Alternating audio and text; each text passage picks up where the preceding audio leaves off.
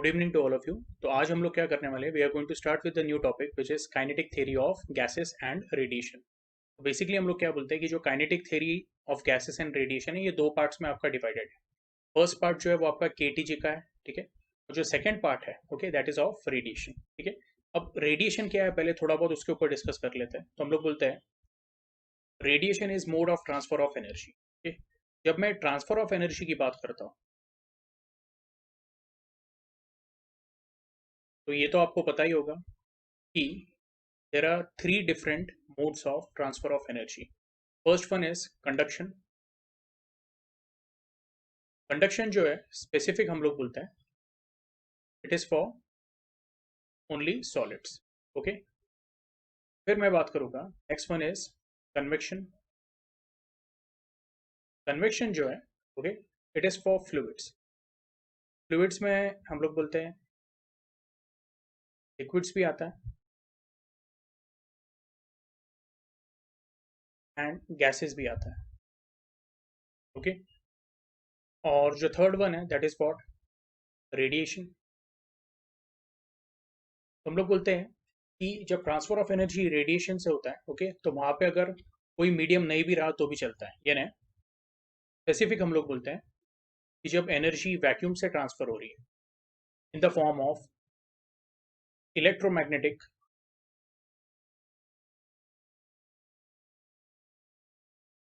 Waves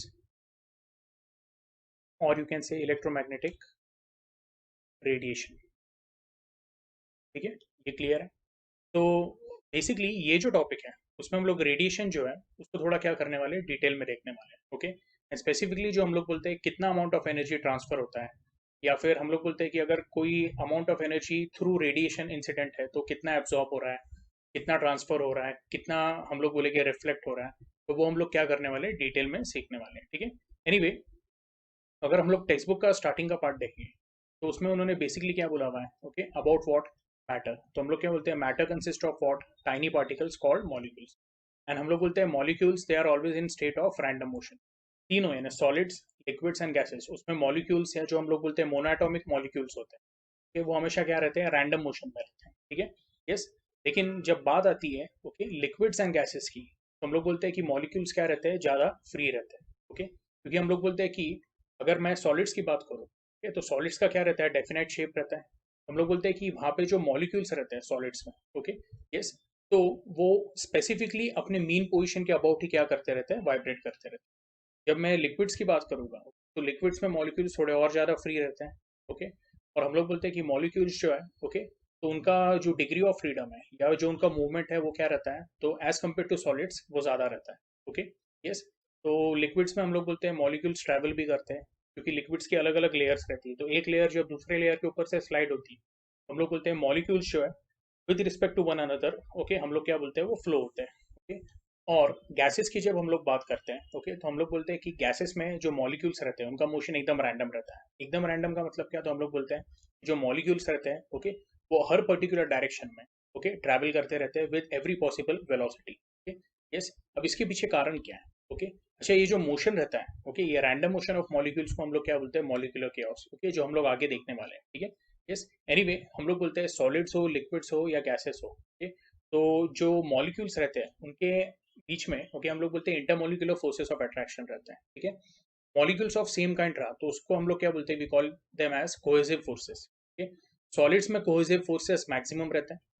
उसके बाद हम लोग बोलते हैं लिक्विड्स में as compare to solids okay cohesive forces क्या रहते हैं थोड़े कम रहते हैं। और गैसेस में हम लोग क्या बोलते हैं जो कोहेसिव फोर्सेस रहते हैं वो क्या रहते हैं मिनिमम रहते हैं। इसलिए गैसेस में हम लोग क्या बोलते हैं कि जो मॉलिक्यूल्स रहते हैं उनका सबसे ज्यादा क्या रहता है रैंडम मोशन रहता है। और सबसे कम कोहेसिव फोर्स होने के कारण हम लोग बोलते हैं कि गैसेस का डेफिनेट शेप तो नहीं है ओके लेकिन गैसेस का डेफिनेट वॉल्यूम भी नहीं होता है।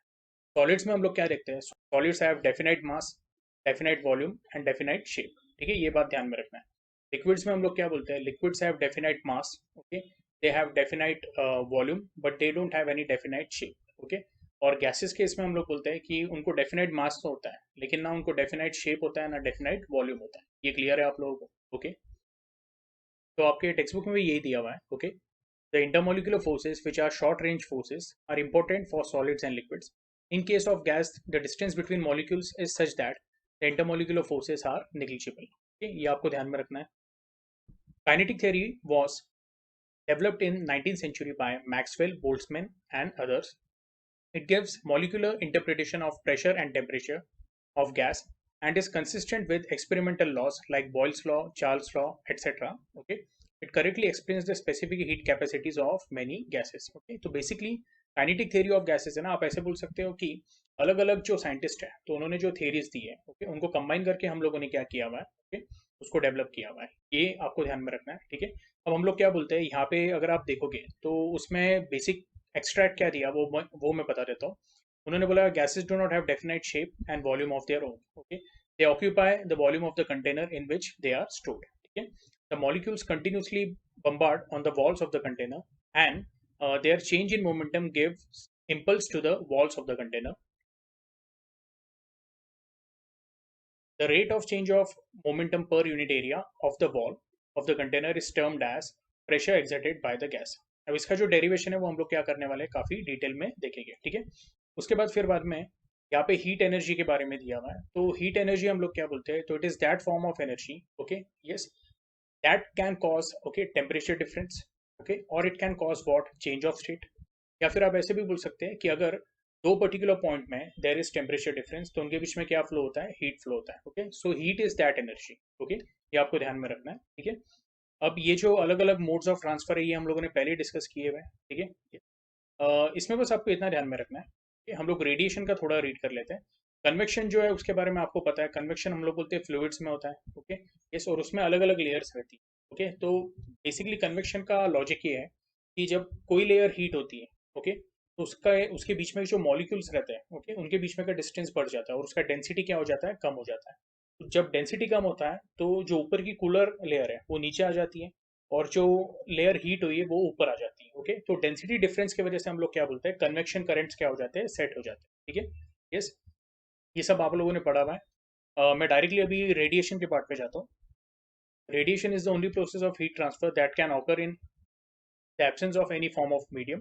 In this process, heat flows from a body of higher temperature to body of lower temperature in the form of electromagnetic waves. ये भी हम लोगों ने स्टार्टिंग में डिस्कस कर लिया है. Okay, radiation is the fastest mode of transfer of heat. ये बिल्कुल सही है. जो सन से हमको एनर्जी मिलती है अर्थ को, ओके, वो रेडिएशन से ही मिलती है. और हम लोग बोलते हैं the heat energy is propagate in the form of electromagnetic waves. Okay, यानी उसका ऑलमोस्ट वेलोसिटी कितना होता है, उसका वैल्यू है 3 × 10⁸ मीटर पर second. Okay, radiation takes place at all temperature except at absolute zero of the temperature. Okay, यानी eight ए given temperature हम लोग बोलते हैं कोई जो बॉडी रहती है तो वो कंटिन्यूसली क्या करती है, रेडिएशन एमिट करती है. ये भी हम लोग देखने वाले हैं. ठीक है, सिर्फ एब्सोल्यूट जीरो पे हम लोग बोलते हैं कि जो बॉडी रहेगी, ओके, वो रेडिएशन एमिट नहीं करेगी. ये ध्यान में रखना. ठीक है, the energy emitted by body in form of radiation on account of temperature is called as thermal radiation. ठीक है, heat radiation is invisible. Thermal radiations are radiations mostly lying in infrared region of electromagnetic spectrum. Okay, तो on account of temperature difference हम लोग जो बोलते हैं कि every body, okay, या हम लोग उसको ऐसे बोलते हैं लिविंग या फिर नॉन लिविंग जो भी ऑब्जेक्ट है, एट अ गिवन टेम्परेचर क्या है, वो एनर्जी एमिट करती है. और वो जो एनर्जी एमिट होती है उसको हम लोग क्या बोलते हैं, ओके, तो वो energy is emitted in the form of radiation. ठीक है, या उसको हम लोग क्या बोलते हैं, थर्मल रेडिएशन. ये क्यों, तो हम लोग बोलते हैं it is because of what, temperature difference. Okay, temperature difference of the body and the surrounding. Okay, yes, ये आपको ध्यान में रखना है. तो एट एनी गिवन टेम्परेचर ये हमेशा ध्यान में रखना है कि बॉडी हीट एनर्जी क्या करने वाली है, एमिट करने वाली है, and that will be in the form of what, thermal radiation. अच्छा, ये जो थर्मल रेडिएशन रहते हैं, ओके, यस, क्योंकि हम लोग बोलते हैं ये जो थर्मल रेडिएशन है वो स्पेसिफिकली कौन से रेंज में आते हैं, तो इंफ्रारेड रेंज में आते हैं. ओके, ये जो इंफ्रारेड रेडिएशन होते हैं तो हम लोग बोलते हैं जैसे अल्ट्रावायलेट है, उसके बाद आता है विबग्योर. विबग्योर यानी क्या, तो हम लोग बोलते हैं विजिबल लाइट.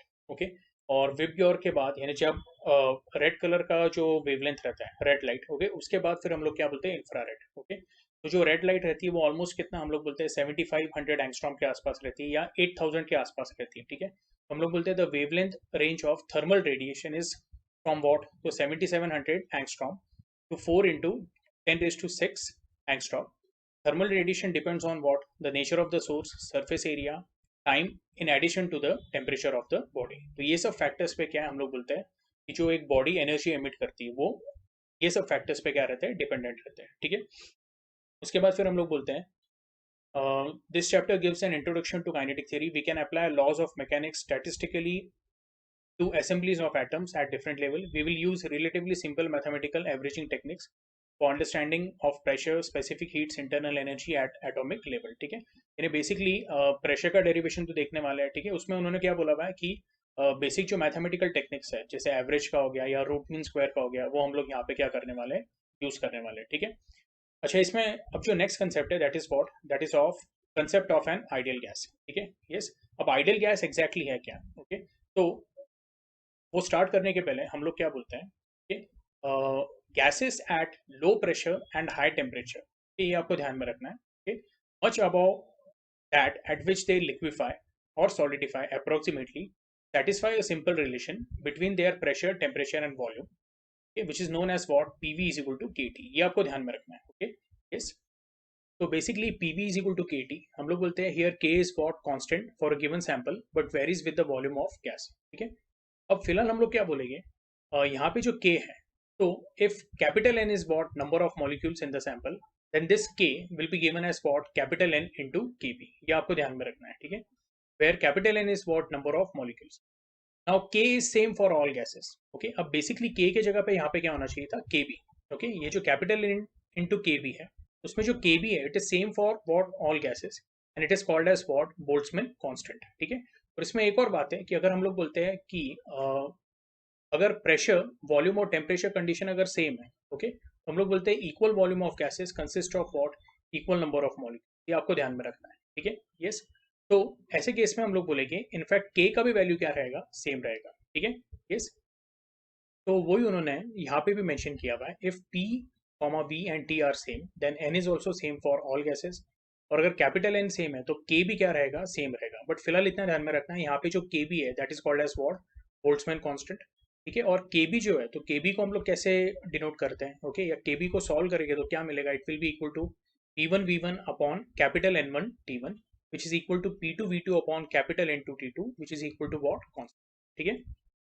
ये क्या है, हम लोग बोलते हैं this is Avogadro's hypothesis that the number of molecules per unit volume is same for all gases at fixed temperature and pressure. Okay. The number in 22.4 liters of any gas is 6.023 into 10 raised to 23. This is called as what, Avogadro's number. ये values आप लोगों को ध्यान में रखनी है. ठीक है. हम लोग बोलते हैं द आइडियल गैस इक्वेशन या जो परफेक्ट गैस इक्वेशन होता है वो क्या होता है, P into V is equal to what, nRT, where small n is what, number of moles. ठीक है. अब ये लॉजिक के हिसाब से हम लोग क्या बोलेंगे, ओके. यस. कि मैं आपको यहाँ पे लिख के बता देता हूँ. तो पहला तो हमें रिलेशन मिला है PV is equal to what, K into T. Okay. उसमें हम लोगों ने बोला PV is equal to what, तो K के जगह पे मैं ऐसा बोल देता हूँ, it will B N into what, KB into T. बराबर है. ओके. अब अगर मैं ऐसा बोलता हूँ PV is equal to what, small nRT. Okay. Small n क्या है, तो हम लोग बोलते हैं it is n is number of moles. ठीक है. क्या मैं ऐसा बोल सकता हूँ फॉर n इक्वल टू 1 मोल. तो अगर n इक्वल टू 1 मोल है तो हम लोग बोलेंगे कैपिटल n का वैल्यू क्या हो जाएगा, it will be what, Na. And what is Na, तो अभी हम लोगों ने देखा थोड़ी देर पहले, इट इज एवोगैड्रोस नंबर. यहाँ पे टेक्स्ट बुक में भी दिया है. So we say the number in 22.4 liters of any gas is what, 6.02 into 10 raised to 23. This is known as what, Avogadro's number and is denoted as Na. Okay. ये आपको पता रहेगा ये 6.023 समथिंग है. ओके. Into 10 raise to 23. तो वो आप लोगों ने एक बार केमिस्ट्री के बुक्स में भी चेक कर लेना है. ठीक है. यस. तो हम लोग क्या बोलना चाहते हैं कि अगर n का वैल्यू 1 है, ओके, तो ऐसे केस में हम लोग बोलेंगे जो आपका कैपिटल N है, नंबर ऑफ मॉलिक्यूल्स, वो क्या हो जाएगा, it will become Avogadro's number या it will become Na. Okay. तो ऐसे केस में क्या मैं बोल सकता हूँ, ओके, जो हमारा ये वाला इक्वेशन है, लेट अस से इसको इक्वेशन 1 बोला हुआ है, इसको इक्वेशन 2 बोला हुआ है. ठीक है. तो इक्वेशन 2 जो है हमारा वो क्या बन जाएगा, for 1 mole it will become PV is equal to what, तो Na into KV into T. ये क्लियर है. और हमारा ये वाला जो इक्वेशन है वो बन जाएगा PV is equal to what, R into T. Okay. तो अगर ये दोनों इक्वेशन को कंपेयर किया तो हमें क्या मिलेगा, ओके. यस. या इनको मैंने अगर डिवाइड किया तो आपको मिलेगा, ओके, LHS पे 1 आएगा, RHS पे क्या आएगा, Na into KB upon R और टी एंड टी भी कैंसिल हो जाएगा, तो आपको यहाँ पे मिलेगा R is nothing but equal to what, N A in Avogadro's number into K B. ये क्लियर है? ठीक है, इससे आप क्या कर सकते हो, के बी का वैल्यू निकाल सकते हो। कैसे? हम लोग बोलते हैं कि जो आर का वैल्यू है वो क्या है, 8.314, ओके, जूल पर मोल पर केल्विन, ये आपको ध्यान में रखना है। ठीक है, और हम लोग बोलेंगे कि ऐसे केस में आपको एन का भी वैल्यू पता है, एन का वैल्यू कितना है, 6.023 इंटू 10⁻23, ओके, यस। तो ऐसे केस में अगर आपने वैल्यू सब्स्टिट्यूट की है ये इक्वेशन में, ओके, तो आपको क्या मिलेगा, okay, you will get the value of Boltzmann constant K B which will be what 1.38 into 10⁻23 joule per kelvin, okay, yes. चाहिए तो आपको मैं यहाँ पे ऐसे बता देता हूँ, K B will be equal to what, तो it will be R upon N A. अब थोड़ी देर पहले हम लोगों ने आर का वैल्यू देखा था, वो कितना था, 8.314, ओके, जूल पर मोल, तो उसको मैं मोल इनवर्स लिख देता हूँ, kelvin inverse divided by Avogadro's number. Avogadro's number यानी क्या है, तो एक मोल में कितने मॉलिक्यूल्स हैं, तो will say that is 6.023 into 10⁻23। अच्छा, ये जो मॉलिक्यूल्स हैं वो पर मोल है, ठीक है, तो पर मोल है इसलिए यहाँ पे वापस क्या आएगा, मोल इनवर्स। तो ये मोल इनवर्स क्या हो जाएगा, कैंसिल हो जाएगा, और इसको जब आप सॉल्व करोगे तो आपको मिलेगा K B is equal to what, 8.314 upon 6.023, okay, इसका वैल्यू अप्रोक्सीमेटली 1.38 आता है, वो आप सॉल्व करके देख लो। ठीक है, और 10⁻23 ऊपर जाके क्या हो जाएगा, 10⁻⁻23, okay, and this is going to be what, joule kelvin inverse, okay. तो इस तरह से केबी का वैल्यू आप ध्यान में रख सकते हो, ओके, यस। और सीईटी पॉइंट ऑफ व्यू से इंपॉर्टेंट है क्योंकि इसके ऊपर क्वेश्चन आते ही है, ठीक है, यस। तो हम लोग क्या बोलेंगे, anyway, so we get the value of Boltzmann constant Kb in SI units as 1.38 into 10⁻23 joule kelvin inverse, ठीक है।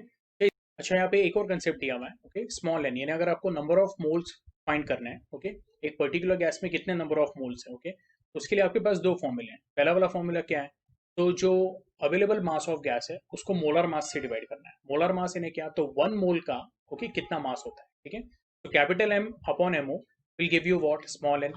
या फिर आपके पास एक और क्या है फॉर्मूला है, which is what, capital N upon N A. Capital N यानी क्या है, तो number of available molecules, okay, in the container upon the Avogadro's number, okay. तो ये दोनों क्या है, आप क्या कर सकते हो, ओके, यूज करके नंबर ऑफ मोल्स निकाल सकते हो। ये क्लियर है? ठीक है। अच्छा, इसके बाद जो नेक्स्ट पार्ट है दैट इज व्हाट, तो जो आइडियल गैस है, ओके, तो आइडियल गैस की क्या प्रॉपर्टी होती है, okay? ये आइडियल गैस के लिए एजम्पशंस क्या होते हैं, okay? तो वो हम लोग बोलते हैं, वो जो एजम्पशंस है that are also included as what, assumptions of kinetic theory of gases, yes. तो सबसे पहले हम लोग बोलेंगे इसमें दो टाइप है। पहला क्या है, नेचर ऑफ गैस मॉलिक्यूल्स। ये आप लोगों को बस थोड़ा बहुत ध्यान में रखना है क्योंकि ये सीईटी में एक आध बार थ्योरी क्वेश्चंस टाइप में आ जाता है कि which of the following statements is right according to the assumptions of kinetic theory of gases, ठीक है, यस। तो पहला मैं ऐसा बोलूंगा, नेचर ऑफ गैस मॉलिक्यूल, हम लोग बोलते हैं gas consist of large number of tiny particles called molecules. ये पहला एजम्पशन है, और इसमें एजम्पशन की कोई बात नहीं है, कोई भी मैटर में ऐसा ही केस रहता है, ओके, यस। सेकंड क्या बोलेंगे हम लोग, the molecules are rigid and perfectly elastic spheres of very small diameter. Molecules are rigid, rigid का मतलब क्या, तो ये ध्यान में रखना है आप लोगों ने, ओके। इनका जो शेप है वो शेप चेंज नहीं होने वाला, ओके, क्योंकि मॉलिक्यूल्स क्या करते रहते हैं कॉन्स्टेंटली, ओके, वो कोलाइड करते रहते हैं। जो भी वॉल्स ऑफ कंटेनर है उसमें कांस्टेंट कोलिशन में रहते हैं, एक तो वो आपस में एक दूसरे को कोलाइड करेंगे, या फिर क्या हो गए, वॉल्स ऑफ कंटेनर को कोलाइड करेंगे, ओके, तो उनका शेप चेंज नहीं होता है। दूसरा, they are perfectly elastic spheres of, okay, small diameter. Perfectly elastic spheres इन्हें मैं ऐसा बोलूंगा, इन टर्म्स ऑफ हम लोग बोलेंगे कि जो उनका कोलिशन होता है वो क्या होता है, परफेक्टली इलास्टिक रहता है, यानी कोलाइड करने के बाद भी they will not lose their kinetic energy. ये आपको ध्यान में रखना है, ठीक है। उसके बाद जो नेक्स्ट है that is what, all the molecules of the same gas are identical in shape, size and mass, ठीक है, यस। अब इसका लास्ट पॉइंट देख लेते हैं, okay. Actual volume occupied by gas molecules is very small compare to the total volume occupied by the gas. तो हम लोग क्या बोलते हैं, सबसे पहले गैस की टेंडेंसी क्या रहती है कि जो भी कंटेनर में हम लोग उसको क्या करते हैं, स्टोर करते हैं, उसका पूरा वॉल्यूम क्या करता है, वो ऑक्यूपाई करता है। ये आपको आ रहा है समझ में? तो अगर मैं ऐसा बोलूँ कि मैंने सब मॉलिक्यूल्स को क्या कर लिया, ओके, एक साथ कलेक्ट कर लिया, ठीक है, तो जो उसका टोटल वॉल्यूम होगा ओके, वो क्या रहेगा, उसका एक्चुअल वॉल्यूम ऑफ मॉलिक्यूल्स रहेगा, ये आपको ध्यान में रखना है, ठीक है। यस, तो वो जो actual volume of all the molecules together वो क्या रहने वाला है, बहुत छोटा रहने वाला है, ओके, या बहुत कम रहेगा या बहुत थोड़ा रहेगा, एज कम्पेयर टू वॉट, हम लोग बोलेंगे एज कम्पेयर टू जितना वॉल्यूम उसने ऑक्यूपाई किया है, ओके, इन द कंटेनर। ये आपको क्लियर है, ओके, तो ये बस ध्यान में रखना है। उसके बाद जो सेकेंड टाइप है, ओके, एजम्पशंस का, that is what, random motion of gas molecule, ठीक है। पहला वाला जो था वो क्या था, about the nature of the gas molecule, second one is what, random motion of gas molecules. इसमें जो पहला पॉइंट है वो है, the molecules are always in a state of random motion, okay, that is they are moving in all possible directions with all possible velocities, okay. This is also called as what, molecular chaos, ये हम लोगों ने पहले discuss किया हुआ है, okay. Yes, कि हम लोग बोलते हैं कि हर पॉसिबल डायरेक्शन में क्या होता रहता है, ओके, मॉलिक्यूल्स ट्रैवल होते रहते हैं, उनके वेलोसिटीज भी अलग अलग रहते हैं, ठीक है, और वो कोलाइड होके बार बार अपना डायरेक्शन क्या करते हैं, चेंज करते हैं, ठीक है। Due to their random motion, the molecules constantly collide with each other and also the walls of the container. Such collisions are perfectly elastic. That is, there is no loss of kinetic energy during the collisions. ठीक है. Next उसके बाद क्या हम लोग बोलेंगे? Between two successive collision, a molecule travels in a straight line with constant velocity, and this is called as what, free path. हमेशा ध्यान में रखना है कि जब भी collision हो रहा है, collision होने के बाद जब molecules अपना path change करेंगे, okay, तो हमेशा molecules कैसे travel करने वाले हैं, along a straight line. Okay, ये आपको ध्यान में रखना है, ठीक है। और बिटवीन टू कोलिशंस हम लोग बोलते हैं जो पाथ ट्रैवल करते हैं, that is called as what, free path, ठीक है। यस, उसके बाद हम लोग बोलते हैं the time taken for collision is very small as compare to the time required to cover free path between two successive collision. अब ये बहुत इंपॉर्टेंट है, यानी ड्यूरिंग कोलिशन का जो टाइम रहता है उसको हम लोग क्या करते हैं, निगलेक्ट करते हैं। तो कौन सा टाइम कंसिडर करते हैं, तो बिटवीन कोलिजन जब वो ट्रैवल कर रहा है, ओके, फ्री पाथ ट्रैवल कर रहा है, वो टाइम हम लोग क्या करते हैं, कंसिडर करते हैं, ठीक है। अब यहाँ पे जो नेक्स्ट कंसेप्ट है, that is of what, mean free path, okay. Yes, तो मीन फ्री पाथ के लिए मैं आपको एकदम सिंपल कंसेप्ट बताऊंगा, ओके, ये सब रीड करने की जरूरत नहीं है, ओके। मैं आपको ऐसा बोलूंगा, पहले मैं ये क्लियर कर देता हूँ। तो इमेजिन करो कि एक मॉलिक्यूल है, ठीक है। यस, अब वो मॉलिक्यूल पहले, लेट अस से, जब वो उसका मोशन स्टार्ट कर रहा है, ओके, उसको मैं बोलूंगा जीरोथ कोलिशन। जीरोथ कोलिशन से, ओके, वो ट्रैवल कर रहा है और वो वापस कहाँ पे कोलाइड हो रहा है, that will be what, that will be its first collision, okay. फिर बाद में वो अपना डायरेक्शन चेंज कर रहा है और वापस कहाँ तो भी जाके क्या हो रहा है, कोलाइड हो रहा है, okay, that will be what, okay, its second collision, okay. ऐसा करते करते लेट अस से यहाँ पे उसका थर्ड कोलिशन हो रहा है। अब बोलोगे सर यहाँ पे तो कोई वॉल्स ऑफ कंटेनर या कुछ दिख नहीं रहा है, हम लोग क्या बोलेंगे कि ये जो मॉलिक्यूल है वो दूसरे मॉलिक्यूल को भी कोलाइड हो सकता है, ओके। तो यहाँ पे मैं सिर्फ एक सिंगल मॉलिक्यूल दिखा रहा हूँ और वो अपना कितने टाइम पाथ चेंज कर रहा है उतना दिखा रहा हूँ मैं, ओके। तो ये जो पहला पॉइंट मैंने दिखाया, पहला पोजिशन दिखाया, वो उसका जीरोथ कोलिशन, जहाँ से मैं कोलिशंस क्या करूँगा, काउंट करना स्टार्ट करूँगा, ओके। जीरोथ कोलिशन से स्टार्ट करते हैं, फिर हम लोग बोलते हैं जब वो अपना पहला फ्री पाथ ट्रैवल करता है, यानी जीरो और फर्स्ट कोलिशन के बीच में, ओके, जो पाथ रहेगा उसको हम लोग क्या बोलेंगे, will call it as lambda one, okay, that is going to be what, free path one. फिर first collision and second collision के बीच में जो ट्रैवल करेगा, that will be what, lambda two. Second and third से, second collision and third collision के बीच में जो ट्रैवल करेगा, that will be what, lambda three, okay. Let us say अभी वो अपना पाथ कुछ इस तरह से चेंज कर रहा है, यहाँ पे क्या हो गया, ओके, यहाँ पे आके उसका फोर्थ कोलिशन होगा, तो ये क्या होने वाला है, थर्ड एंड फोर्थ के बीच में it will B lambda four, okay. तो यहाँ पे हम लोग क्या बोलेंगे, टोटल नंबर ऑफ कोलिशंस जो है, ओके, वो एक्चुअली क्या रहने वाले हैं, तो जीरो से हम लोग काउंट करना स्टार्ट करते हैं, ओके। तो जीरो एंड वन के बीच में जो पाथ रहता है, that is what, lambda one, okay. Yes, one and two के बीच में जो रहेगा, that will be what, lambda two, okay. Three and four के बीच में जो रहेगा, that will be what, lambda, okay, four, okay, ये क्लियर है। अब हम लोग क्या बोलेंगे, बिटवीन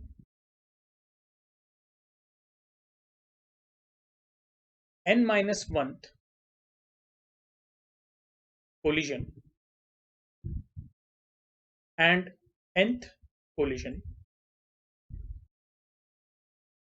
ओके, हम लोग क्या बोलेंगे कि जो उसका पाथ रहेगा, यानी free path, that will be equal to what, lambda. तो जब मैं मीन फ्री पाथ की बात करता हूँ, तो मीन फ्री पाथ यानी क्या होने वाला है, तो average path, that will be equal to what, lambda one plus lambda two plus dot dot dot lambda n upon total number of collisions. अब जो टोटल नंबर ऑफ कोलिशंस है, उसमें आप जो पहला वाला कोलिशन है, जीरोथ कोलिशन, उसको कंसिडर नहीं करोगे, क्योंकि वहां से क्या हो रहा है, जर्नी स्टार्ट हो रहा है। Okay, yes. तो वहां से लेके जो उसका पहला कोलिशन होगा, वहां से ऐसा भी हो सकता है कि हम लोग बोल रहे हैं कि जो मॉलिक्यूल है उसको एनर्जी मिली है, गैस मॉलिक्यूल को एनर्जी मिली है, और वो जो एनर्जी है वो काइनेटिक एनर्जी में कन्वर्ट होगी। ये आपको आ रहा है समझ में? ओके। तो जो पहला वाला जो उसका पॉइंट है, जिसको मैंने जीरोथ कोलिशन बोला है, ओके, कंपलसरी नहीं है कि वो कोलिशन होगा। Okay, yes. उसको इमीडिएटली क्या है, उसको शायद मोमेंटम मिला होगा। Okay, yes. या ट्रांसफर ऑफ मोमेंटम हुआ होगा दूसरे मॉलिक्यूल की वजह से। Okay, yes. तो हम लोग बोलते हैं 0 से 1 के बीच में जो जीरो है उसको हम लोग काउंट नहीं करेंगे, हम लोग हमारे कोलिजन्स 1 2 3 4 से काउंट करेंगे। ओके, तो इसलिए वो फॉर्मूले में क्या आता है, एन आता है। ओके, और टेक्निकली अगर हम लोग देखेंगे, तो अगर यहाँ पे एन फ्री पाथ है, तो टोटल नंबर ऑफ कोलिजन्स कितने हैं, n+1 है, क्योंकि हम लोग जीरो को अगर काउंट करेंगे तो टोटल नंबर ऑफ कोलिजन हो जाएंगे n+1। ये आपको क्लियर है? Okay, yes. लेकिन वो जीरो को हम लोग क्या करते हैं, ओके, तो फर्स्ट कोलिजन को हम लोग इंक्लूड नहीं करते हैं। फर्स्ट कोलिजन यानी जीरोथ कोलिजन जो है, ओके, उसको हम लोग इंक्लूड नहीं करके जो नेक्स्ट वाला कोलिजन रहेगा, फर्स्ट कोलिजन, वहां से हम लोग नंबर क्या करते हैं, काउंट करते हैं। ओके, तो बेसिकली आपका फॉर्मूला हो जाता है, okay, lambda bar will be equal to what, lambda 1 plus lambda 2 so on, okay, lambda n upon n। Okay, हमेशा ध्यान में रखो, हम लोगों ने कोलिजन्स 1 से काउंट करने स्टार्ट किए हैं। ओके, एक और कोलिजन होता है जीरोथ कोलिजन, यानी रियल में कितने कोलिजन्स होते हैं, n+1। ठीक है, अब टेक्स्ट बुक में देख लेते हैं। टेक्स्ट बुक में उन्होंने ये सब मेंशन नहीं किया हुआ है। टेक्स्ट बुक में उन्होंने सिंपली क्या बोला हुआ है, okay, between two successive collision a molecule travels in what, straight line with a constant velocity. Okay, yes. तो जैसे ये दिखाया हुआ है, ये रैंडम मोशन है मॉलिक्यूल्स का। ठीक है, और उसमें अगर यहाँ पे देखेंगे हम लोग, let lambda 1 lambda 2 so on lambda n be the free paths. Okay, then the mean free path will be given by what, okay, lambda which is equal to what, lambda 1 plus lambda 2 dot dot dot lambda n upon n। okay, yes, ये clear है? हम लोगों ने इसको क्या बोला था, okay, lambda बार बोला था। आपने सिर्फ लैम्बडा भी अगर ध्यान में रखा तो भी चलेगा। Okay, yes. अच्छा, इसके बाद जो नेक्स्ट कंसेप्ट है, okay, that is mean velocity. तो हम लोग क्या बोलेंगे, यहाँ पे आपने जो एन किया था, वो कैपिटल एन क्या कंसिडर किया था, नंबर ऑफ कोलिजन्स कंसिडर किए थे, मॉलिक्यूल एक ही था, यानी एक ही मॉलिक्यूल को आपने क्या किया था, स्टडी किया था, और उसका मीन फ्री पाथ निकाला था। अब यहाँ पे हम लोग क्या बोलेंगे, consider capital n to be what, number of molecules of an ideal gas. और हर एक मॉलिक्यूल का एट अ गिवन इंस्टेंट उसकी वेलोसिटी क्या रहेगी, मे बी सेम भी हो सकती है, अलग भी हो सकती है, यानी दो मॉलिक्यूल्स की वेलोसिटी सेम भी हो सकती है, ओके, या वो अलग भी हो सकती है। अच्छा, वेलोसिटी की जब मैं बात करता हूँ, तो मैं मैग्नीट्यूड एंड डायरेक्शन दोनों की बात कर रहा हूँ। ठीक है, यस। तो हम लोग क्या बोलेंगे, let C1 C2 dot dot dot CN be the velocities, their mean velocity is given by what. तो हम लोग इसका क्या निकालेंगे, सिंपल एवरेज निकालेंगे या अरिथमेटिक मीन निकालेंगे। उसको क्या बोला हुआ हम लोगों ने, okay, c bar is equal to what, C1 plus C2, okay, dot dot dot CN upon n। ठीक है, यहाँ पे सिर्फ मैग्नीट्यूड्स कंसिडर किए हुए हैं। ये क्लियर है? ओके, इसके बाद जो नेक्स्ट कंसेप्ट है, that is of what, okay, so we say mean square velocity. अब मीन स्क्वायर वेलोसिटी क्या है, एकदम सिंपल है। ओके, जैसे हम लोगों ने C1 plus C2 plus dot dot dot CN upon n लिया था, अब यहाँ पे C1 प्लस C2 के जगह पे क्या लेंगे, C1 square plus C2 square plus dot dot dot CN square. Okay, yes. तो उसको हम लोग क्या बोलेंगे, will call it as mean square velocity. और उसको लिखेंगे भी कैसे, तो यहाँ पे हम लोगों ने C बार लिखा था, यहाँ पे क्या लिखेंगे, C स्क्वायर का एवरेज, ओके, यानी C स्क्वायर का बार।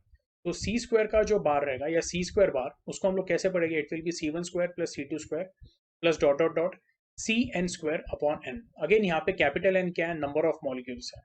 ठीक है, यस। और हम लोग बोलेंगे कि ये आपको जो मिला है वो क्या है, मीन स्क्वायर वेलोसिटी। अब इसका अगर हम लोग स्क्वायर रूट ले लेते हैं, ओके, तो जो आपको टर्म मिलेगा, that will be what, root mean square velocity. Okay, yes. तो पहले मीन स्क्वायर वेलोसिटी का डेफिनेशन एक बार देख लेते हैं। The average value of the squares of the velocities of all the molecules is known as what, okay, mean square velocity. Okay, and root mean square velocity क्या है, so it is defined as the square root of the mean square velocity, okay, if n molecules of an ideal gas are enclosed in container, okay, of volume v and C1 C2 CN be their velocity। तो ऐसे case में हम लोग बोलेंगे CRMS का formula क्या होगा, under root of, okay, C square bar. अब C स्क्वायर बार जो है, ओके, उसको हम लोग कैसे लिखेंगे, under root of C1 square plus C2 square plus dot dot dot CN square upon n। ये क्लियर है? अच्छा, बहुत बार क्या होता है ना, बच्चे यहाँ पे गलती करते हैं। ओके, C स्क्वायर बार को बहुत बार वो ऐसे लिख देते हैं। तो ये जो है, ये क्या है, तो ये हम लोग बोलते हैं कि मीन स्क्वायर वेलोसिटी है। ओके, लेकिन ये क्या है, तो हम लोग बोलेंगे ये मीन वेलोसिटी का स्क्वायर है, दोनों में बहुत फर्क है। ओके, अगर मैं आपको ये दोनों का डिफरेंस बताऊं, हम लोग बोलेंगे कि सी स्क्वायर मीन, इसका मतलब क्या, तो जितने भी सी स्क्वायर है यानी C1 square plus C2 square plus C3 square plus dot dot dot CN square divided by total number of okay molecules, ये क्लियर है। तो ये आपको ध्यान में रखना है। लेकिन अगर मैं सी बार स्क्वायर बोलता हूँ, सी बार स्क्वायर का मतलब क्या है, ओके, हम लोग बोलेंगे सी बार का मतलब होता है C1 plus C2 plus dot dot dot CN divided by what N। ठीक है, सी बार स्क्वायर क्या हो जाएगा, अगर मैं इसको स्क्वायर करता हूँ तो ये पूरे ब्रैकेट को क्या हो जाएगा, स्क्वायर हो जाएगा। ठीक है, तो ये दोनों में क्या है, बहुत ज़्यादा डिफरेंस है, ये क्लियर है।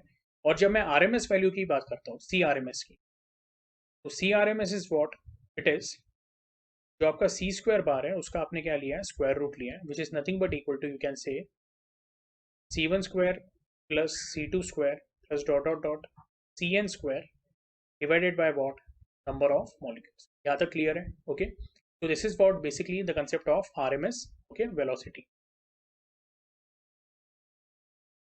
तो अभी जो नेक्स्ट कंसेप्ट हम लोग देखने वाले हैं, that is derivation for the pressure of a gas, या the pressure exerted by the gas. Okay, तो हम लोग क्या कंसीडर कर रहे हैं, एक क्यूबिकल वेसल कंसीडर कर रहे हैं। okay? ये जो आपको दिख रहा है okay diagram, that is of cubicle vessel. और ये जो क्यूबिकल वेसल है, तो उसका हर एक जो साइड है उसका लेंथ कितना है, तो इट इज स्मॉल एल। तो ऐसे केस में हम लोग क्या बोलते हैं, ओके, लेट अस से capital N be the total number of okay molecules of the gas, small m is what, the mass of each molecule of the gas। okay, और ऐसे केस में मैं बोलूंगा जो टोटल मास ऑफ गैस रहेगा वो क्या रहेगा, number of molecules into mass of each molecule, that will be capital M which is equal to what, capital N into small m। ये क्लियर है। अब हम लोग बोलेंगे जो area of each face of the cube, each face का example तो हम लोग बोलेंगे, जैसे एक कौन सा तो भी फेस ले लेते हैं PQRS, उसका जो सरफेस एरिया रहेगा, ओके, या उसका जो एरिया रहेगा वो हम लोग क्या बोलेंगे, it will B L into L, यानी कितना हो जाएगा, L स्क्वायर। और हम लोग बोलेंगे जो वॉल्यूम ऑफ क्यूबिकल वेसल है वो कितना रहेगा, it will B L cube. ये क्लियर है। तो ऐसे केस में हम लोग बोलेंगे जो डेंसिटी ऑफ गैस रहेगी, okay, for the given condition it will be the mass of gas upon the volume in which it is stored. So it is going to be capital M upon V, which is nothing but capital N into M upon L cube। Okay, that is what density of the gas। अब हम लोग क्या बोलेंगे, let C1 bar, C2 bar and CN bar be the velocities of the molecules, N molecules। ठीक है, अभी actually C1 बार यानी क्या है, तो it is basically vector C1 vector C2 and vector CN। Okay, तो यहाँ पे ऐसा बोला हुआ है, each velocity can be resolve into components parallel to 3 coordinate axis, okay, along the axes of the container. तो अगर मैं ये कंटेनर को या ये डायग्राम को हम लोग ध्यान से देखते हैं, तो हम लोग बोलेंगे कि जो एस एस डैश है वो आपका क्या है, एक्स डायरेक्शन है,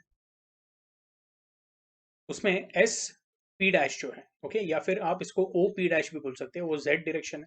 ठीक है, और ये जो अंदर की तरफ है, ओके, तो ओ आर डैश उसको हम लोग क्या बोलेंगे, it will be the y direction. Okay, yes, तो ऐसे केस में हम लोग क्या बोलेंगे, okay, कि late u1 comma v1 comma w1, या vector u1 vector v1 vector w1 be the components of velocity c1 along positive x y and z axis। ठीक है, तो ऐसे केस में हम लोग बोलेंगे similarly we can say vector u2 vector v2 vector w2 be the components of the velocity c2, okay, and vector un vector vn and vector wn, okay, these are the components of velocity cn, okay, या vector cn। अब मैं आपको white screen पे ये explain करता हूँ। Okay, तो हम लोगों ने ये डायग्राम बनाया हुआ है, ये हमारा एक्स डायरेक्शन है, ये वाई डायरेक्शन है और ये जेड डायरेक्शन है, टेक्स्ट बुक के हिसाब से ही बनाया हुआ है। तो बेसिकली हम लोग क्या बोल रहे हैं कि लेट अस से एक मॉलिक्यूल है यहाँ पे, ओके, और वो कौन से भी एक रैंडम डायरेक्शन में ट्रैवल कर रहा है, मैं बोल रहा हूँ उसकी जो वेलोसिटी है वो क्या है, दैट इज c1। ओके, तो इसको मैं क्या करता हूँ, बाहर की तरफ दिखाता हूँ। अब ये जो पर्टिकुलर डायरेक्शन में ट्रैवल कर रहा है, अगर उसको मैं वेलोसिटी c1 बोल देता हूँ, वेक्टर c1, तो अलोंग एक्स जो उसका कंपोनेंट रहेगा वो क्या रहेगा, इट विल बी u1। ठीक है, अलोंग वाई, ओके, हम लोग ऐसे बोलेंगे, यस, अभी वाई जो है आप यहाँ पे भी ले सकते हो। ओके, मैं एक काम करता हूँ, ये डायरेक्शन में वाई ले लेता हूँ, लाइक दिस। ओके, उसको मैं बोल देता हूँ v1, and along z, okay, उसको मैं बोल देता हूँ w1। ठीक है, तो आप y डायरेक्शन जैसे एस आर बता रहे हो तो आप आर एस भी ले सकते हो। Okay, can take y direction like this. ये आपके ऊपर है, ठीक है। तो मैंने ये वेक्टर C1 के 3 कंपोनेंट निकाले, अलॉन्ग एक्स, ओके, फिर बाद में along y and along z. ये क्लियर है। तो हम लोग क्या लिख सकते हैं कि vector C1 has been resolve as what, vector U1 plus vector V1 plus vector W1, और ये सब क्या है, म्यूचुअली परपेंडिकुलर है। तो वेक्टर्स के लॉजिक के हिसाब से हम लोग क्या बोलते हैं, we can say magnitude of C1 will be given by what, U1 square plus V1 square plus W1 square। ये क्लियर है। या फिर मैं ऐसा बोल सकता हूँ C1 square, okay, will be equal to what, तो it will be U1 square plus V1 square plus W1 square। मैं अभी सिर्फ मैग्नीट्यूड की बात कर रहा हूँ। सिमिलरली मैं बोलूँगा C2 स्क्वायर जो रहेगा, that will be equal to what, U2 square plus V2 square plus W2 square, and so on. Cn जो मिलेगा मुझे, Cn स्क्वायर, यानी फॉर nth मॉलिक्यूल हम लोग बोलेंगे उसका जो वेलोसिटी का जो मैग्नीट्यूड रहेगा, उसका जो स्क्वायर रहेगा, दैट विल बी व्हाट, तो it will B UN square plus VN square plus WN square. ये क्लियर है। तो टेक्स्ट बुक में भी इसी तरह से उन्होंने दिया हुआ है, ओके। जो Cn स्क्वायर रहेगा वो क्या रहेगा, UN square plus VN square plus WN square, okay. अब हम लोग क्या बोल रहे हैं, consider molecule of mass m moving with velocity C1, okay, moving towards wall PQRS at it as it moves with velocity U1 along x axis, okay, yes। तो अभी हम लोग क्या बोलेंगे, ये एक मॉलिक्यूल है which is moving like this, okay, और अभी हम लोग उसका जो जर्नी है वो सिर्फ अलॉन्ग एक्स डायरेक्शन देखना चाहते हैं। तो ये क्या हो गया, ये हमारा पॉजिटिव एक्स है, और यहाँ पे जो उसकी वेलोसिटी है, तो लेट अस से अगर मॉलिक्यूल फर्स्ट है वो, तो उसकी जो वेलोसिटी रहेगी अलॉन्ग एक्स वो क्या रहने वाली है, U1। हम लोग बोलेंगे उसका जो मोमेंटम रहेगा वो क्या रहेगा, it will be m into you. ये क्लियर है, यस। तो यहाँ पे कैसा दिया हुआ है बेसिकली, हम लोग बोलेंगे उसका जो इनिशियल मोमेंटम रहेगा मॉलिक्यूल का वो क्या रहेगा, it will be m into U1। If the molecule collides with surface PQRS, it will rebound with its x component of velocity reversed, okay, and there will be no effect on V1 और W1, ठीक है। V1 and W1 को फिलहाल neglect ही करते हैं। हम लोग क्या बोल रहे हैं, ये जो मॉलिक्यूल है वो किस पे आके, ओके, कोलाइड होने वाला है, तो ऑन द वॉल PQRS, ठीक है। मॉलिक्यूल जो है, ओके, तो वो एक्स डायरेक्शन में ट्रैवल कर रहा है, ओके, और ये क्या है, ये आपका वाइजेड प्लेन में बॉल है, ठीक है। तो जब ये इसको हिट करेगा यहाँ पे, ओके, तो वो क्या होगा, basically it will get rebound, okay, यानी जब वो कोलाइड करेगा तो वो कोलिशन कैसा रहेगा, इलास्टिक कोलिशन होगा, और जब वो इसको कोलाइड करेगा तो उसका डायरेक्शन क्या हो जाएगा, रिवर्स हो जाएगा, ठीक है, लाइक दिस। जो पहले ऐसे ट्रैवल कर रहा था अलॉन्ग पॉजिटिव एक्स एक्सिस, वो अब क्या हो जाएगा, रिवर्स हो जाएगा, and now it will travel towards what, negative x axis, okay. तो ऐसे केस में मैं बोलूंगा उसका जो इनिशियल मोमेंटम है, ठीक है, तो उसके इनिशियल मोमेंटम को हम लोग क्या बोलेंगे, लेट अस से मैंने उसको बोल दिया पी आई का वैल्यू क्या रहने वाला है, it will be m into U1, ठीक है। और जब PQRS पे वो कोलाइड होगा, ठीक है, हम लोग बोलेंगे वो नॉर्मली कोलाइड होगा, ठीक है।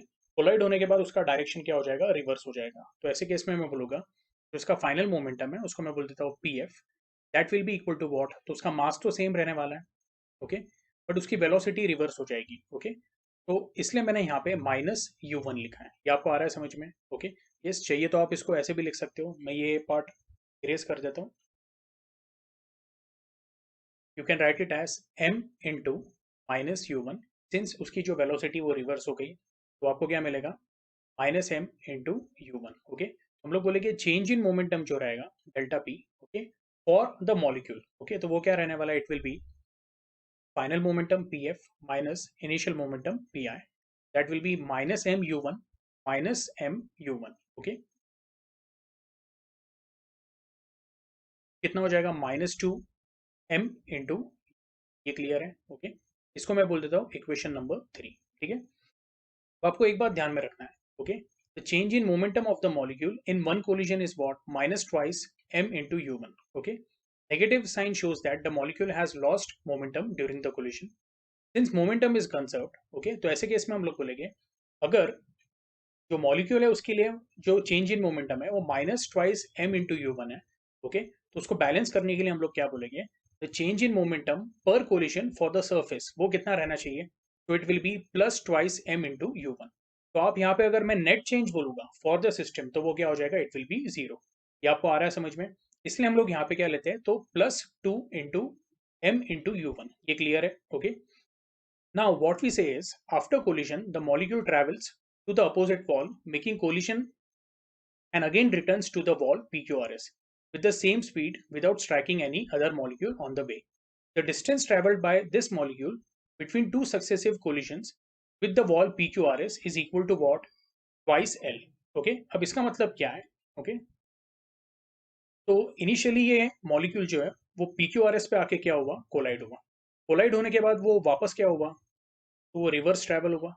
और वो किसको कोलाइड हुआ? P dash Q dash R dash and S dash को. और वो कोलाइड होने के बाद वो वापस आएगा और वो देखो जब एक बार कोलाइड हो गया P dash Q dash R dash and S dash पे, तो वो वापस क्या करेगा? अपना डायरेक्शन चेंज करेगा, रिवर्स करेगा. और वो डायरेक्शन रिवर्स करने के बाद वापस किसके पास आएगा? तो जो हमारा पहला वाला बॉल है PQRS, ओके, तो अब उसके पास आएगा और वहां पे क्या होगा? उसका सेकंड कोलिशन होगा. ये आपको आ रहा है समझ में? मैं आपको वापस बताता हूँ. इनिशियली वो PQRS पे क्या हुआ? कोलाइड हुआ. उसका जो वेलोसिटी का डायरेक्शन है वो रिवर्स हुआ. फिर वो वापस कहाँ पे गया? तो हम लोग बोलेंगे P dash Q dash R dash S dash के पास. ओके. और वहां से भी कोलाइड होके again it will come back to what? PQRS. तो अब जब वो PQRS पे आएगा तो हम लोग उसका सेकंड कोलिशन क्या करेंगे? ओके, एक्चुअली देखेंगे. तो ऐसे केस में हम लोग क्या बोलते हैं? ओके, बिटवीन टू कोलिशंस उसने कितना डिस्टेंस ट्रेवल किया है? तो मैं ऐसा बोलूंगा between two collisions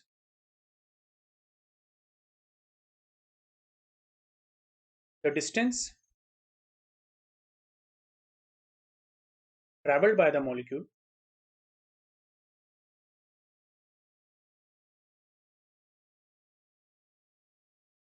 okay, that will be equal to what? Twice L. Okay. यानी S डैश से S. ओके. अब ऐसा समझ लो, जब वो यहाँ पे आया तो ये बॉल पे आने के बाद उसका फर्स्ट कोलिजन हुआ. अब फर्स्ट कोलिजन से बाद में जब वो वापस अपोजिट बॉल के पास गया तो उसने S से S डैश ट्रेवल किया और फिर यहाँ पे कोलाइड होने के बाद वापस S डैश से S ट्रेवल किया. तो टोटल डिस्टेंस कितना ट्रेवल किया? तो यहाँ से यहाँ L और वापस रिटर्न जर्नी में क्या? L. ये क्लियर है? तो कितना हो गया? Twice L. ये क्लियर है? और पूरे इसमें हम लोग बोलेंगे जो उसकी वेलोसिटी थी, वेलोसिटी ऑफ मॉलिक्यूल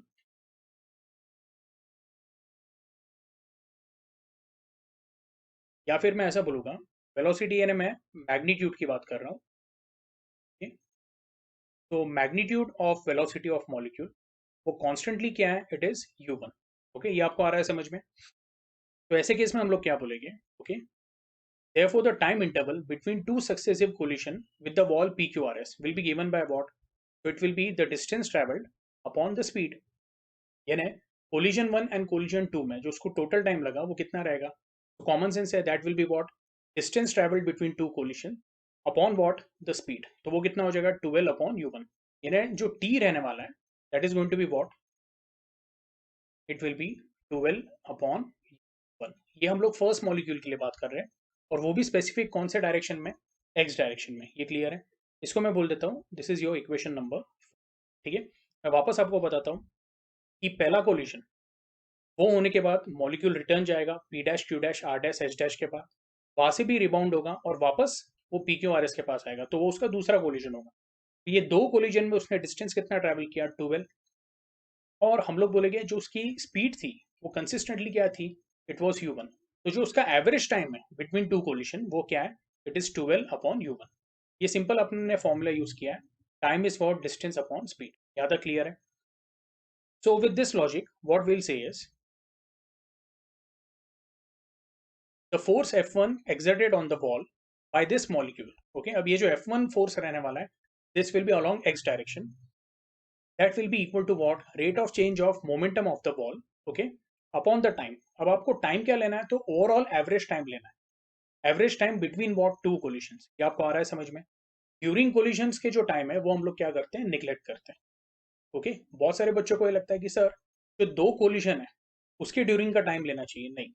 ओके. दो कोलिशंस के बीच में का जो टाइम है ओके वो आपको एवरेज टाइम कंसीडर करना है. क्यों? तो हम लोग क्या बोलते हैं कि जो प्रेशर एक्सर्ट करती है गैस ऑन द वॉल्स वो कॉन्स्टेंटली एक्सर्ट करती है. ये आपको आ रहा है समझ में? ओके. इसलिए हम लोग एवरेज टाइम का यहाँ पे कंसेप्ट लेते हैं. तो वो लॉजिक के हिसाब से हम लोग क्या बोलेंगे? F1 का वैल्यू क्या होने वाला है? Change in momentum of the ball upon the time. That is going to be twice m u1 upon t. और t का वैल्यू क्या है? It is 12 upon u1. इसको रीअरेंज किया तो आपको क्या मिलेगा? Twice m u one square upon twice l which is equal to what m into u one square upon l. ये क्लियर है? तो ऐसे हम लोग क्या बोल रहे हैं, एन मॉलिक्यूल्स है। अब ये जो एन मॉलिक्यूल्स हैं तो वो अलोंग एक्स डायरेक्शन क्या करेंगे, फोर्सेस एक्सर्ट करेंगे। जैसे मॉलिक्यूल वन ने F1 एक्सर्ट किया, मॉलिक्यूल टू क्या एक्सर्ट करेगा, F2। तो F2 का फॉर्मूला क्या है, m u two square upon l. F3 का फॉर्मूला क्या होगा, m u three square upon l. और जो nth मॉलिक्यूल रहेगा उसका फॉर्मूला रहेगा m u N square upon l. अब ये जितने भी फोर्सेस है वो क्या है, एक्स डायरेक्शन में। तो हम लोग बोलेंगे अगर सबके सब फोर्सेस सेम डायरेक्शन में तो उनको हम लोग क्या कर सकते हैं, वेक्टर लॉजिक के हिसाब से डायरेक्टली ऐड कर सकते हैं। तो आपको मिलेगा एफ एक्स, यानी और जो एफ एक्स का वैल्यू रहेगा वो क्या रहेगा, so it will B F1 plus F2 so on till Fn। तो वहाँ पे आप ये सब वैल्यू सब्स्टिट्यूट करो, आपको मिलेगा m u one square upon l plus m u two square upon l so on m u one square upon l. M upon l common ले लिया, आपको मिलेगा u one square plus you two square so on till u n. Similarly हम लोग बोलेंगे okay resultant force along y and along z वो क्या हो जाएगा, f y and f z. Okay, और उसका फॉर्मूला क्या आएगा, m upon L bracket we one square plus we two square dot dot dot V N square. जैसे f x का फॉर्मूला वैसे ही है, सिर्फ यू की जगह पे क्या है, वी है। ठीक है, एफ जेड क्या होगा, M upon L bracket W one square plus W two square plus dot dot dot W N square. Okay, तो इसमें हम लोग क्या कर रहे हैं कि जितने भी मॉलिक्यूल्स हैं उनका overall effect along x along y and along z consider कर रहे हैं। अब यहाँ पे आपको सिंपल लॉजिक लगाना है, जो प्रेशर पी है, ओके, तो अगर मैं एक्स डायरेक्शन में प्रेशर निकालने की कोशिश करता हूँ तो मैं बोलूँगा अलॉन्ग एक्स डायरेक्शन। ओके, अगर हम लोग यहाँ पे देखेंगे तो अलॉन्ग एक्स डायरेक्शन जो ये वॉल है, ओके, तो उसका एरिया क्या रहने वाला है, तो हम लोग बोलेंगे area of this wall will be what, that will be equal to what, L square. तो हम लोग बोलेंगे पी एक्स का वैल्यू क्या रहेगा, it will be F X upon area that is going to be what, L square. इन जो F x का वैल्यू है, तो एफ एक्स का वैल्यू क्या है हमारा, तो it is M upon, okay, basically F x का वैल्यू क्या था हमारा, yes it was M upon L bracket U one square plus you two square so on. उसको हम लोग किससे डिवाइड कर रहे हैं, एल स्क्वायर से। तो वो डिनोमिनेटर में जो एल है और वो एल स्क्वायर क्या हो जाएगा, मल्टीप्लाई हो जाएगा, और आपको मिलेगा M upon L cube bracket U one square plus you two square dot dot dot U N square. Similarly हम लोग बोलेंगे जो पी वाई रहेगा वो क्या मिलेगा आपको, M upon L cube bracket we one square plus we two square dot dot dot V N square. और जो पी जेड रहेगा वो क्या मिलेगा, M upon L cube bracket W one square plus W two square dot dot dot W N square. ठीक है, अब इसमें हम लोग क्या बोलते हैं कि as the pressure exerted by the gas molecules is same in all direction. Okay, yes, हम लोग बोलते हैं कोई भी पर्टिकुलर रैंडम डायरेक्शन आपने लिया, या ऐसा बोल सकते हैं कोई भी रैंडम डायरेक्शन आपने लिया, ओके, तो वहाँ पे जो प्रेशर एक्सर्ट होने वाला है वो क्या रहने वाला है, थ्रू आउट यूनिफॉर्म रहने वाला है, सेम रहने वाला है। तो वो लॉजिक से हम लोग बोलेंगे P X equal to P Y equal to P Z which is equal to what, P. Okay, तो ये लॉजिक से हम लोग ऐसे भी बोल सकते हैं अगर मैं P X P Y P Z को ऐड करता हूँ तो उसका ओवरऑल जो मैग्नीट्यूड रहेगा वो क्या रहेगा, थ्राइस पी। हम लोग बोलेंगे जो एवरेज प्रेशर रहेगा P that will be equal to P X plus P Y plus P Z upon three. ठीक है, और ऐसे केस में हम लोग क्या करेंगे, ये थ्री को बाहर रखते हैं, okay, P X P Y P Z add कर लेते हैं, यानी एम अपॉन एल क्यूब भी कॉमन ले लिया, तो आपको ब्रैकेट में क्या मिला, U one square plus you two square plus dot dot dot U N square. Okay, plus P Y का जो कॉमन लेने के बाद टर्म बाकी रहेगा वो रहेगा V one square plus we two square plus dot dot dot V N square. और पी जेड का जो टर्म बाकी रहेगा that will be W one square W two square so on plus W N square. ठीक है, अब इसमें हम लोग क्या करेंगे, ये सब टर्म्स ओपन कर देंगे, U one square V one square and W one square को क्या करेंगे, कंबाइन करेंगे। तो जब हम लोग ऐसे कंबाइन करते हैं U one square plus V one square plus W one square, आपके टेक्स्ट बुक में वैसा दिया नहीं है, ठीक है, उन्होंने क्या किया हुआ है, डायरेक्टली एल क्यूब को उन्होंने वी लिखा है और फिर ये स्टेप ले लिया। मैं आपको बता देता हूँ, U one square plus V one square plus W one square वो क्या होने वाला है, सी वन स्क्वायर, वो हम लोगों ने यहाँ पे लिखा हुआ था, U one square plus V one square plus W one square is what, C one square. तो वो हम लोग सब्स्टिट्यूट करेंगे, U two square plus we two square plus W two square क्या होने वाला है, it is going to be C two square dot dot dot, and ये जो रहेगा U N square V N square and W N square, इनका addition क्या रहेगा, ई एन स्क्वायर। तो आपको प्रेशर पी क्या मिल रहा है, average pressure it is one by three M upon V, okay, yes, into bracket C one square plus C two square plus dot dot dot C N square. ठीक है, अब हम लोग क्या बोलते हैं कि अगर सी आर एम एस का हम लोगों ने डेफिनेशन देखा तो that is what under root of C one square plus C two square plus dot dot dot C N square upon N, taking square on both side. तो हम लोग बोलेंगे C square R M S will be what, तो ये root का sign निकल जाएगा और ये रूट का साइन कैंसिल होने के बाद ये एन हम लोग इसको मल्टीप्लाई कर देते हैं, तो C square R M S into N will be equal to what, तो आर एच एस पे क्या बाकी रहेगा, सिर्फ न्यूमरेटर का term which will be C1 square plus C2 square plus dot dot dot CN square. और ये वाला टर्म और ये ब्रैकेट के अंदर का टर्म क्या है, सेम है। तो यहाँ का जो RHS इक्वल टू LHS है, वो LHS हम लोग इक्वेशन 9.7 में क्या करेंगे, सब्स्टिट्यूट करेंगे। तो आपको क्या मिलेगा उससे, P is nothing but equal to 1/3 small m is what, mass of each molecule upon the total volume of container into C square RMS into capital N. But small m into n क्या है, capital N number of molecules, number of molecules into mass of each molecule क्या हो जाएगा, तो it will B total mass of gas. तो यहाँ पे आपका क्या हो जाएगा, ये इक्वेशन बन जाएगा P is equal to 1/3 capital M upon V into C square RMS, ठीक है। और ये M अपॉन V को हम लोग क्या बोलते हैं, इट इज डेंसिटी। तो इस तरह से आपको ये फॉर्मूला मिला है, P is equal to what, 1/3 rho C square RMS, ठीक है।